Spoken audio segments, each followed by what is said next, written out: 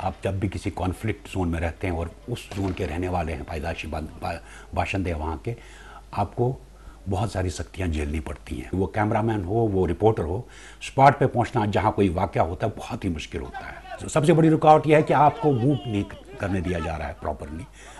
जैसा मैंने कहा कि कर्फ्यू पास इशू करते हैं, लेकिन सड़क पे उनकी कोई कदर नहीं होती है। हमने देखा हमारे फोटोग्राफर्स, क्योंकि उनको बार बार निकलना पड़ता है। कितने बार कितने लोगों की पिटाई हुई, कितने लोग जख्मी हो गए हैं, आज भी हॉस्पिटल में पड़े हैं पैलेट गन से शिकार होके। न्यूज़ गैदरिंग इम्पैक्ट हो रही है। आपकी डिस्ट्रीब्यूशन, आप अखबार छाप रहे हैं, क्या ये सुबह फिर रीडर्स तक पहुंचता है? उसमें बहुत ज़्यादा मुश्किलात हैं। दिल्ली से या बाहर से जर्नलिस्ट आते हैं, उनकी रिपोर्टिंग आप भी देख रहे हैं, मैं भी देख रहा हूँ। फिर हमें भी उसी मयार से तोला जाता है कि ये जी सहाफ़ी ये सच नहीं बोलते हैं, ये सच नहीं लिखते, क्योंकि हम शायद इन रुकावटों की वजह से पूरी तरह जस्टिस नहीं कर पा रहे हैं।